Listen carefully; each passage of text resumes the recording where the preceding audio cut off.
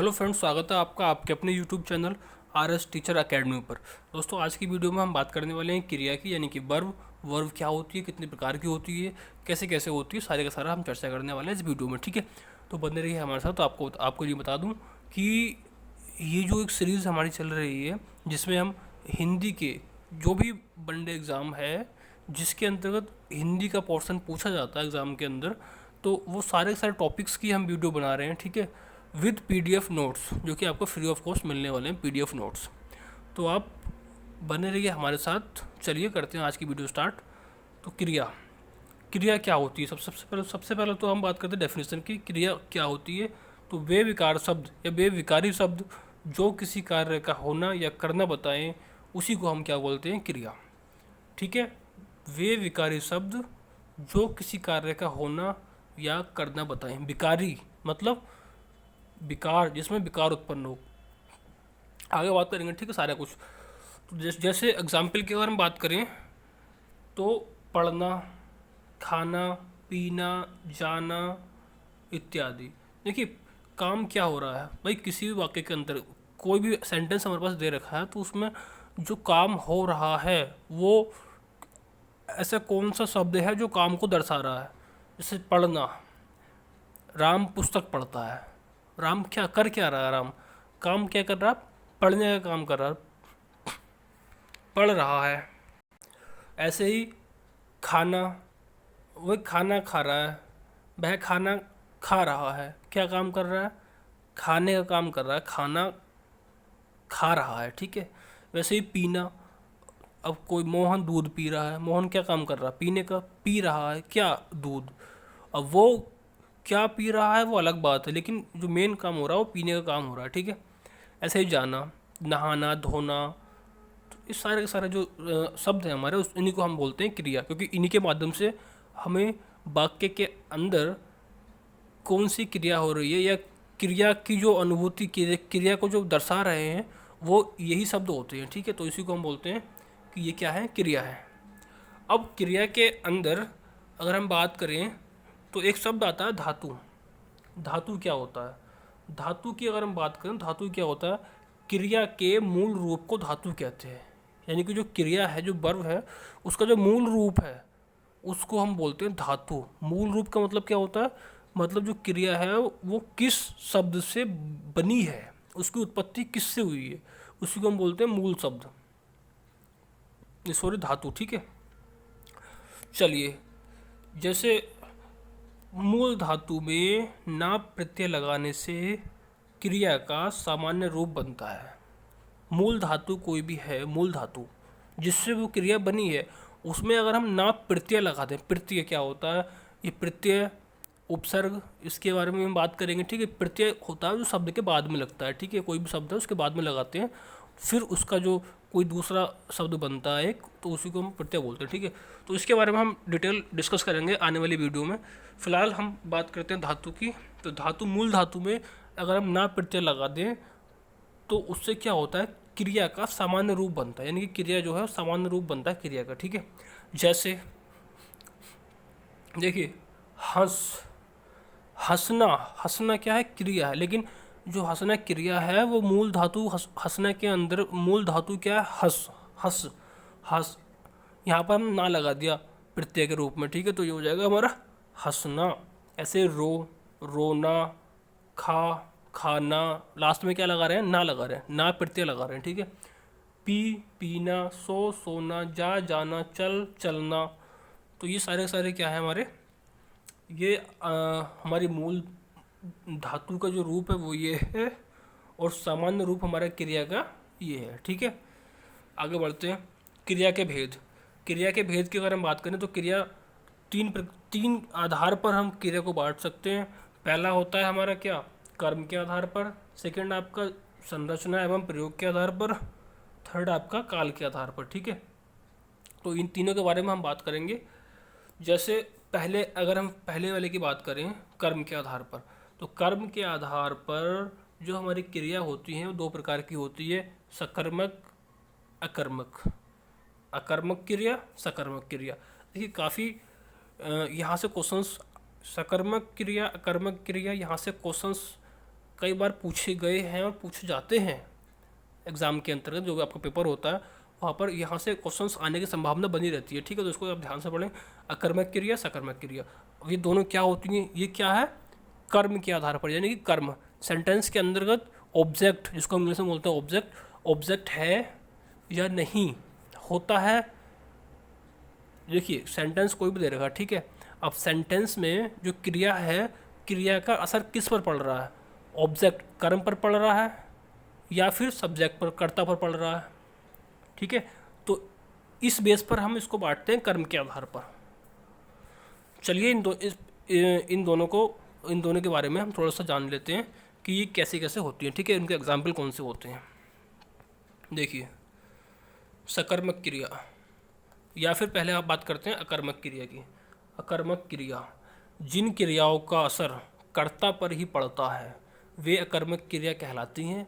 ऐसी अकर्मक क्रियाओं को कर्म की आवश्यकता नहीं होती। कर्म तो आपने पढ़ा होगा, ऑब्जेक्ट। सेंटेंस कोई भी वाक्य दे रखा है, वाक्य के अंतर्गत अगर कोई ऑब्जेक्ट नहीं है, ऑब्जेक्ट कर्म नहीं है, तो वहाँ पर क्या होती है, अकर्मक। कर्मक, अगर हम अकर्मक को देखें तो अकर्म, यानी कि कर्म नहीं है। कर्म नहीं है तो अकर्मक, और कर्म अगर है तो सहकर्मक, यानी कि सहकर्म मतलब क्या होता है, सहकर्मक या सकर्मक, सहकर्मक कर्म के साथ, ठीक है ना। अकर्मक कर्म के बिना। तो अकर्मक क्या है, जिन क्रियाओं का असर कर्ता पर ही पड़ता है वे अकर्मक क्रिया कहलाती हैं। ऐसी अकर्मक क्रियाओं को कर्म की आवश्यकता नहीं होती, यानी कि उस सेंटेंस में ऑब्जेक्ट कर्म नहीं होता है, उसको हम बोलते, ऐसी क्रियाओं को हम बोलते हैं अकर्मक क्रिया। और सेकंड आपका सकर्मक क्रिया। तो सकर्मक क्रिया क्या होती है, जिन क्रियाओं का असर कर्ता पर नहीं कर्म पर पड़ता है। ऐसी क्रियाएं सेंटेंस के वाक्य के अंदर ऐसी क्रियाएं होती हैं जिसका असर कर्म पर पड़ता है। तो कर्म पर पड़ेगा तो कर्म होगा, तो यानी कि सकर्मक, कर्म है कर्म के साथ, ठीक है। इन क्रियाओं में कर्म का होना आवश्यक होता है, कर्म होगा ही होगा सकर्मक क्रियाओं के अंतर्गत, ठीक है। तो सेंटेंस कोई भी दे रखा होता है उसमें हमें केवल जानना होता है कि ये सकर्मक क्रिया है या कर्मक क्रिया है, बस इतना सा होता है। तो यहाँ से क्वेश्चन हमारे आते रहते हैं एग्जाम के अंतर्गत। अब उदाहरण की अगर हम बात करें तो देखिए एग्जाम्पल में सबसे पहले अकर्मक क्रिया के उदाहरण। अकर्मक यानी कि कर्म नहीं है, सेंटेंस के अंदर, वाक्य के अंदर कर्म नहीं है। जो क्रिया का असर है वो किस पर पड़ता है, कर्ता पर पड़ता है। देखिए उड़ना, सोना, चलना, जागना, नाचना, हंसना, रोना, ये कौन करेगा, उड़ना, उड़ रही है चिड़िया, उड़ रही है। अब उड़ रही है कौन, अब उड़ना, जो उड़ना है क्रिया है, ये किसकी ओर संकेत कर रही है, कर्ता की तरफ, कि कौन उड़ रहा है, चिड़िया। तो यहाँ पर कर्म की आवश्यकता नहीं है, कर्म है ही नहीं यहाँ पर, तो यहाँ हम बोलेंगे कि ये जो है अकर्मक क्रिया है। अब इसमें एक छोटी सी ट्रिक होती है। ट्रिक क्या होती है, क्या लगाकर क्रिया का पता लगाना। क्या, देखिए जो भी क्रिया है उससे पहले अगर हम क्या लगा दें, अगर जवाब हमारा क्या हो, क्या को क्रिया से पहले लगाते हैं, ठीक है। पहली चीज़, क्या को हम क्या करेंगे, जो क्रिया है उससे पहले लगाएंगे। अगर जवाब ना मिले तो अकर्मक क्रिया होती है, जवाब ना मिले तो अकर्मक क्रिया होती है। जैसे उड़ना, उड़ रहा है, क्या उड़ रहा है, कुछ दिमाग में आया, नहीं आया ना, क्या उड़ रहा है, समझ में कुछ आ नहीं रहा। सोना, सो रहा है, क्या सो रहा है, ये सोना सो रहा है अपने आप में पूर्ण क्रिया है, कर्म की आवश्यकता है ही नहीं यहाँ पर। चलना, क्या चल रहा है, नहीं समझ में आ रहा। जागना, क्या जाग रहा है। नाचना, क्या नाच रहा है। हंसना, क्या हंस रहा है। रोना, क्या रो रहा है। तो ये क्या जवाब आ रहा है, कुछ जवाब नहीं आ रहा, मतलब ये जो सारी क्रिया है ये कौन सी है, अकर्मक क्रिया है, कर्म की आवश्यकता है ही नहीं। कर्म के बिना सेंटेंस जो वाक्य है हमारा पूरा होता है। देखिए राम उड़ता है, राम क्या उड़ता है, कि राम क्या उड़ता है, कोई जवाब नहीं आ रहा, तो ये क्या है, अकर्मक क्रिया। पक्षी आकाश में उड़ते हैं, पक्षी आकाश में क्या उड़ते हैं, समझ में नहीं आ रहा है, क्या उड़ते हैं, कोई जवाब नहीं, तो ये क्या हो गई हमारी अकर्मक क्रिया। पेड़ से पत्ता गिरता है, पेड़ से पत्ता क्या गिरता है, यहाँ भी कोई जवाब नहीं आ रहा, तो ये भी क्या हुई हमारी अकर्मक क्रिया। ठीक है।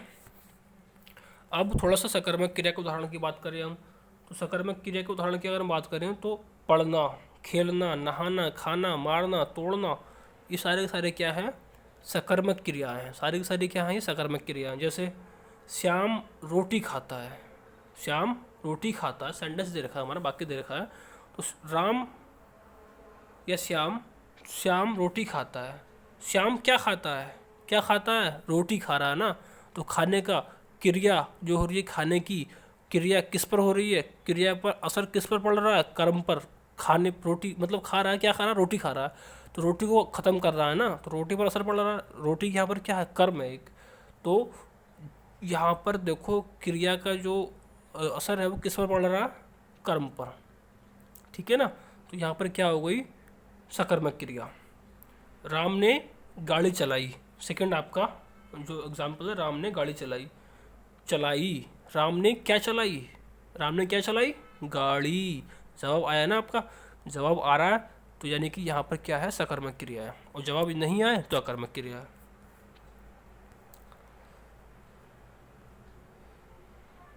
देखिए नोट में नोट आप लिख लीजिए, कहीं भी कर्ता के साथ ने का प्रयोग होगा तो क्रिया सकर्मक क्रिया होगी।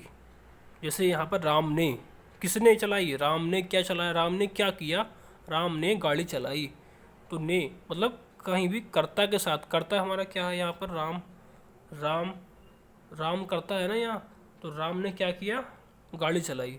तो कर्ता के साथ ने का प्रयोग होगा तो क्रिया सकर्मक क्रिया होगी।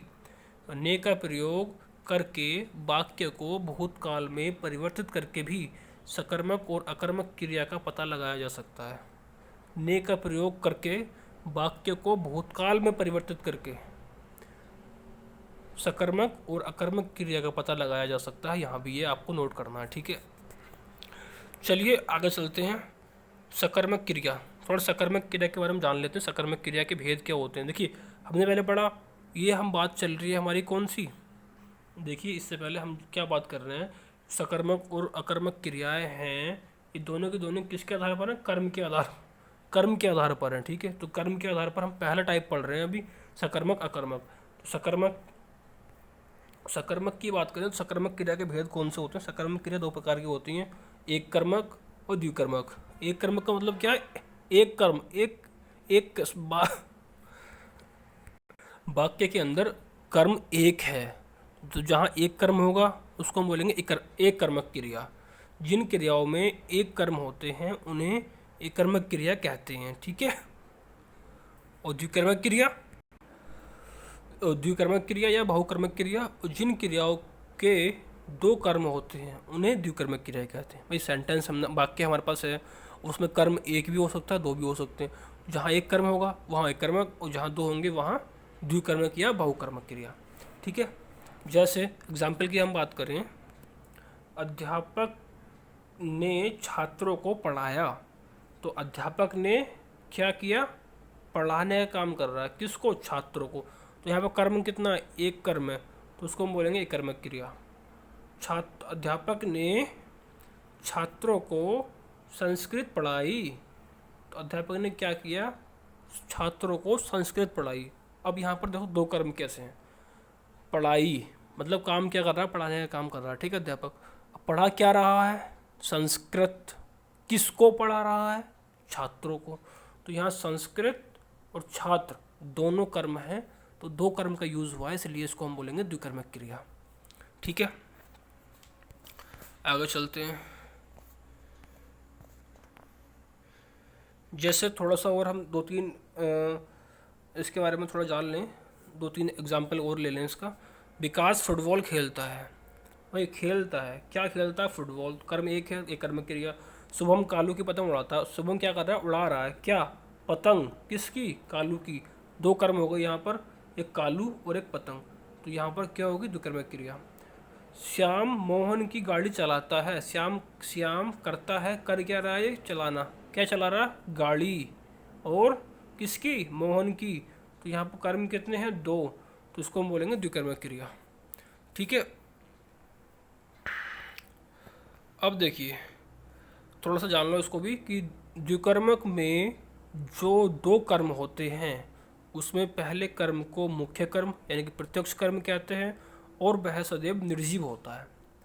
देखिए जो कर्मक क्रिया में जो जो दो कर्म होते हैं, पहले वाले कर्म को हम बोलते हैं मुख्य कर्म, और सदैव क्या होता है, निर्जीव होता है। और दूसरा जो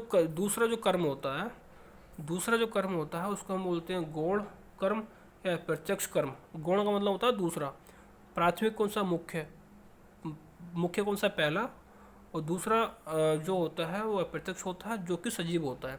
यानी कि सेंटेंस के अंतर्गत कोई वाक्य अगर हमारे पास है, उसके अंदर अगर वो द्विकर्मक क्रिया है उसके अंदर, तो जो पहली क्रिया होगी वो क्या होगी, मुख्य कर्म, सॉरी जो पहला उसके अंदर द्विकर्मक क्रिया होगी तो पहला जो कर्म होगा उसके अंदर तो वो होगा मुख्य कर्म, जिसको हम बोलेंगे निर्जीव, जो हमेशा निर्जीव होगा, ठीक है। और जो दूसरा वाला जो कर्म होगा उसको हम बोलेंगे अप्रत्यक्ष कर्म या फिर गौण कर्म, जो हमेशा सजीव होगा यानी कि जीवित, ठीक है। तो हमने सकर्मक अकर्मक क्रियाओं के बारे में पढ़ा, थोड़ा सा और प्रैक्टिस कर लेते हैं इस पर। जैसे अध्यापक छात्रों को हिंदी पढ़ाता है, क्या कर रहा है, पढ़ा रहा है, किसको, क्या पढ़ा रहा है, हिंदी, किसको, छात्रों को। तो दो कर्म यहाँ पर हैं, द्विकर्मक क्रिया है। राम ने रावण को मारा, मारा किसको, रावण को, कर्म कितना है, एक है, एक कर्मक क्रिया। लड़का धीरे धीरे चलता है, क्या चलता है, कुछ समझ नहीं आ रहा, कोई जवाब नहीं मिल रहा, यानी कि अकर्मक क्रिया। लड़का शतरंज की अच्छी अच्छी चालें चलता है, लड़का चल क्या रहा है, चाल चल रहा है, क्या कर रहा है, चल रहा है, क्या, चाल, चालें। तो यहाँ पर क्या है, कर्म हो गया, ठीक है। चालें किसकी, शतरंज की। तो यहाँ पर देखिए लड़का शतरंज की अच्छी अच्छी चालें चल रहा है, भाई चालें चल रहा है, यहाँ पर क्रिया होगी, ठीक है, किसकी, शतरंज की। तो यहाँ पर ये हो गया हमारा कर्म। तो कर्म यानी कि है मौजूद, तो इसको हम बोलेंगे सकर्मक क्रिया। लड़का दौड़ता है, लड़का क्या दौड़ता है, कुछ समझ में नहीं आ रहा, कोई आंसर नहीं आ रहा, अकर्मक क्रिया। लड़का मैदान में 100 मीटर की दौड़ दौड़ता है, लड़का दौड़ रहा है, किसकी, 100 मीटर की, ठीक है। एक कर्म यहाँ पर आ रहा है, कहाँ, मैदान में, ठीक है, मैदान में 100 मीटर की दौड़ रहा है, भाई दौड़। देखिए इसके अंदर क्या है, लड़का मैदान में 100 मीटर की दौड़ दौड़ता है, ठीक है, दौड़ता है।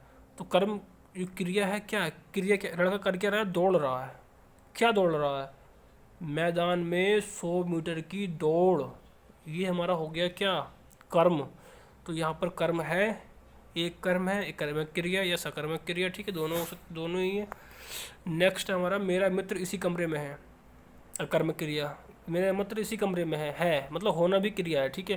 तो अकर्मक क्रिया, कहाँ, मेरा मित्र इसी कमरे में है, क्या है, कुछ आंसर नहीं आ रहा, अकर्मक क्रिया।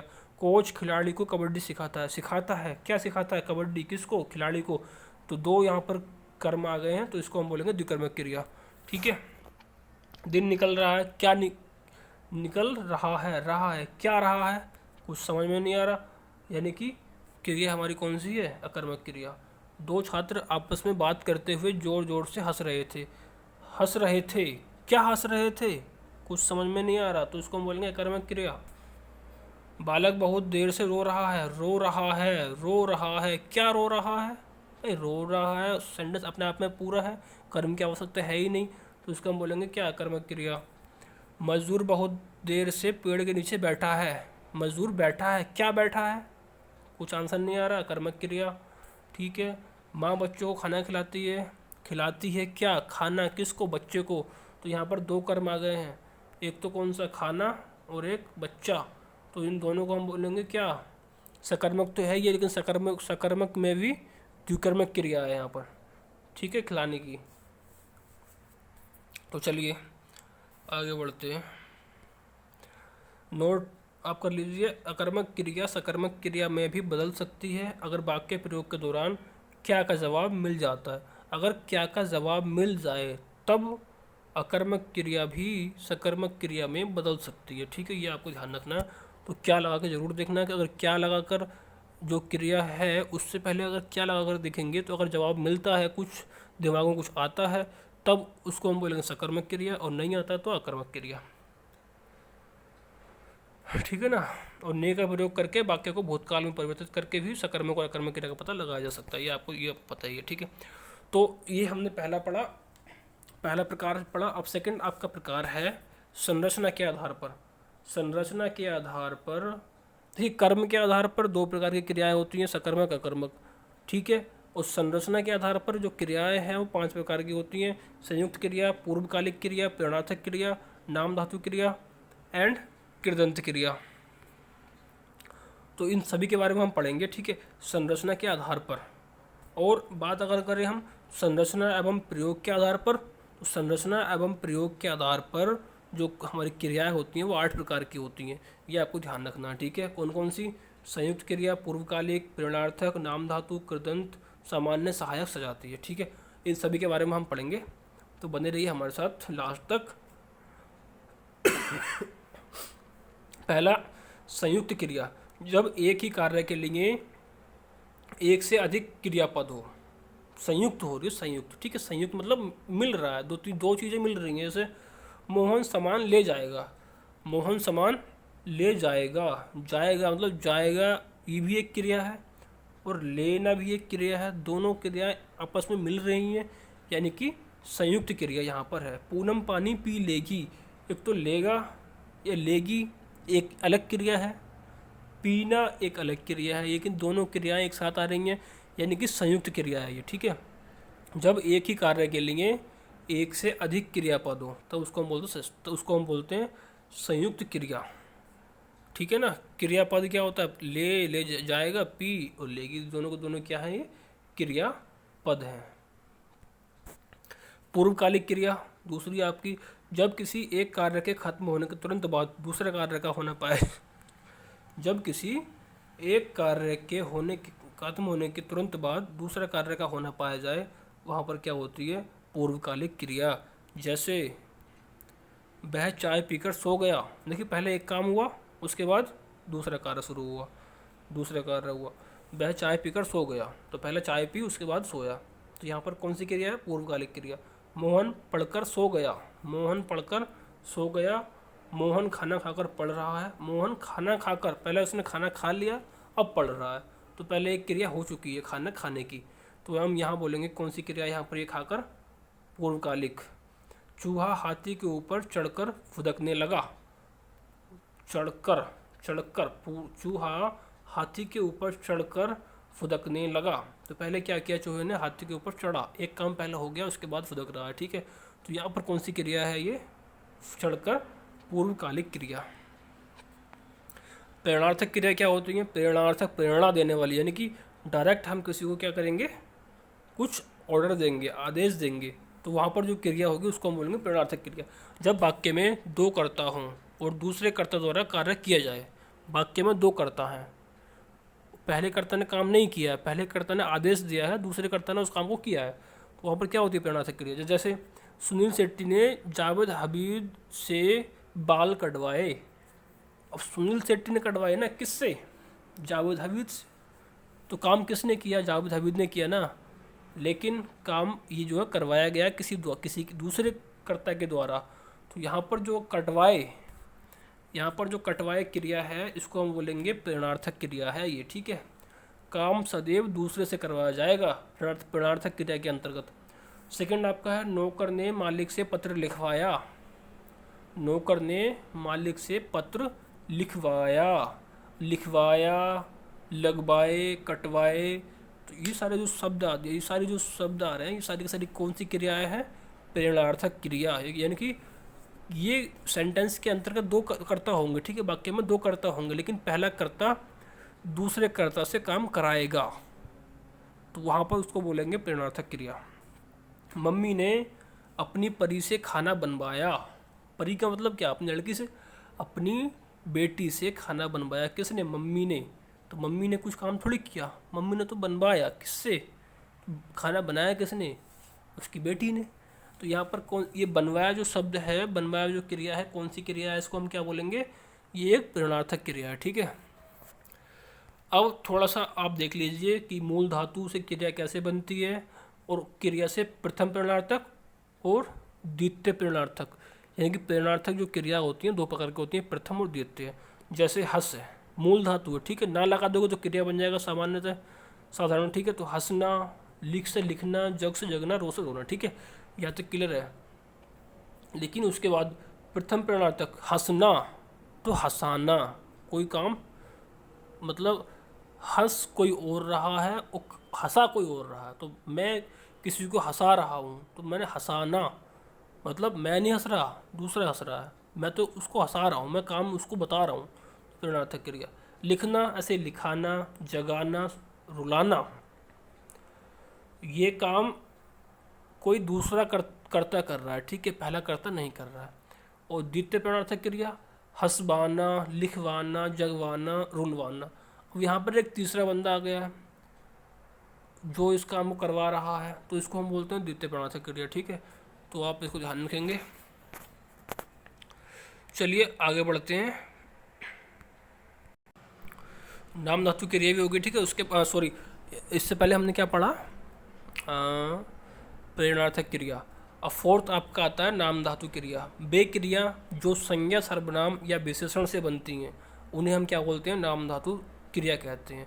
यानी कि ऐसी क्रियाएं जो संज्ञा, सर्वनाम या विशेषण, यानी कि संज्ञा, सर्वनाम या विशेषण जो शब्द होते हैं, इसमें अगर हम कोई प्रत्यय लगा दें तो उस प्रकार जो बनी हमारी जो शब्द, जो नया शब्द बनता है, उस अगर वो क्रिया है तो उसको हम बोलते हैं कौन सी, नाम धातु क्रिया। यानी कि नाम धातु से बनी है, संज्ञा, सर्वनाम या विशेषण से बनी है क्रिया, ठीक है। जैसे लाठी, लाठी क्या है, संज्ञा, लठियाना, वो लठिया दिया किसी को, मतलब लाठी चला दी किसी पर, तो लाठी से बना शब्द लठियाना, यानी कि ये कौन सी क्रिया है, नाम धातु क्रिया। ऐसी बात, बतियाना, बात बतियाना, गरम गरमाना, लज्जा लजियाना। ज़्यादातर नाम धातु में याना या आना जुड़ता है, लेकिन सभी में नहीं, ठीक है, ये आपको ध्यान रखना है। आना, लठियाना, बतियाना, गरमाना, लजियाना। जैसे लंगड़ा, लंगड़ाना, शर्म शर्माना, हाथ हथियाना, तोतला तुतलाना, फिल्म फिल्माना, दुख दुखाना, चिकना चिकनाना।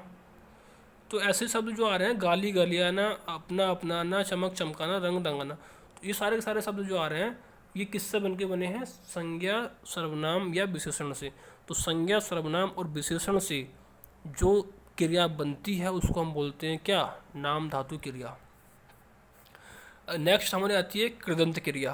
किसी अन्य प्रत्यय को ना को छोड़कर, देखिए कोई जो मूल धातु है उसमें अगर हम ना लगा देंगे तब वो सामान्य क्रिया बन जाएगी, ठीक है, लेकिन ना नहीं लगाना, हमें ना की जगह कोई और प्रत्यय लगाना है। तो उस प्रकार जो किसी अन्य प्रत्यय को किसी मूल धातु में जोड़ दिया जाए तो जब शब्द बनता है तब उसको हम क्या बोलते हैं कि ये जो है कृदंत क्रिया का होगा, यानी कृदंत क्रिया वहाँ पर होगी। जैसे चल, चल ये मूल धातु चल, ठीक है, यहाँ पर हमने क्या लगा दिया, प्रत्यय कर, चल कर, चल ई, चली, चल ए। देखिए ये हम सारे के सारे क्या हैं, ये प्रत्यय हैं, ठीक है, प्रत्यय हम लगा रहे हैं यहाँ पर मूल धातु में। तो चल ई चली, चली, चल ए चले, चल एगा चलेगा, खेल ए खेले, खेल प्लस आ खेला। तो मतलब जो हमारी मूल धातु है वहाँ पर हम प्रत्यय लगा रहे हैं ना को छोड़कर, ना को छोड़कर जो प्रत्यय हम लगाते हैं मूल धातु में, और इस प्रकार जो हमारी जो क्रिया बनती है उसको हम क्या बोलते हैं, कृदंत क्रिया। जैसे वह घर पहुंची, पहुंची पहुंचना होता है, पहुंचना सामान्य क्रिया, लेकिन पहुंची तो ई लगाया हमने लास्ट में प्रत्यय के रूप में, पहुंचना में, पहुंच में, तो यहाँ पर हम बोलेंगे कि ये कौन सी क्रिया है, कृदंत क्रिया।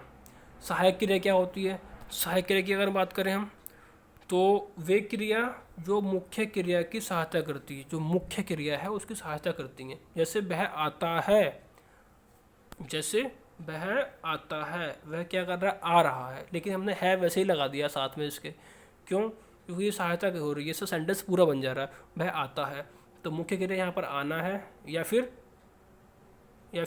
ता है, ठीक है।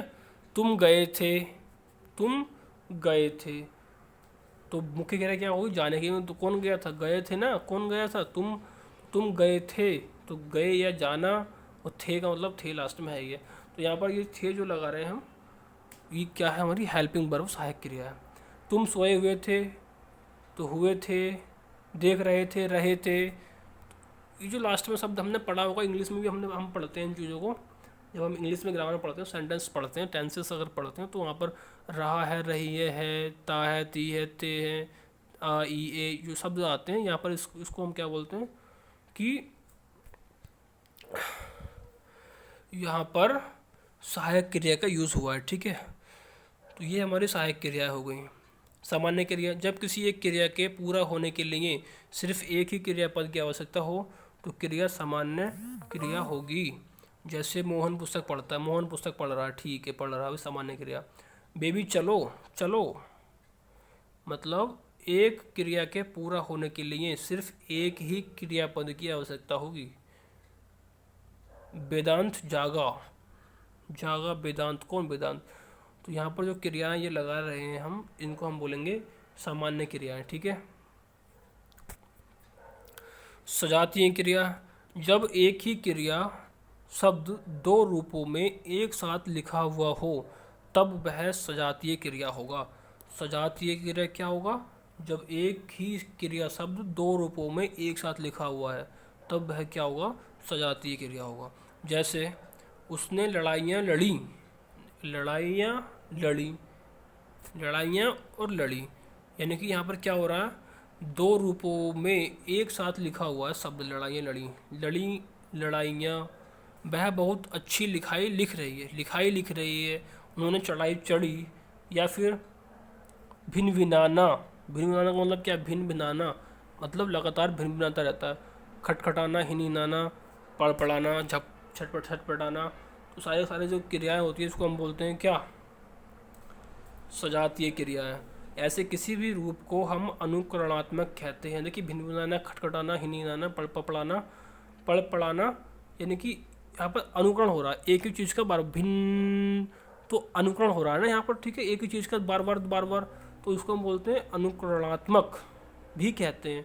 खटखटाना, खटखटाना, कोई का दरवाजा खटखट खटखट खटखट खटखट, तो यहाँ पर क्या खटखटाना, ये क्या अनुकरण हो रहा है एक ही शब्द का बार बार। हिनाना भी ऐसा ही है। ठीक है,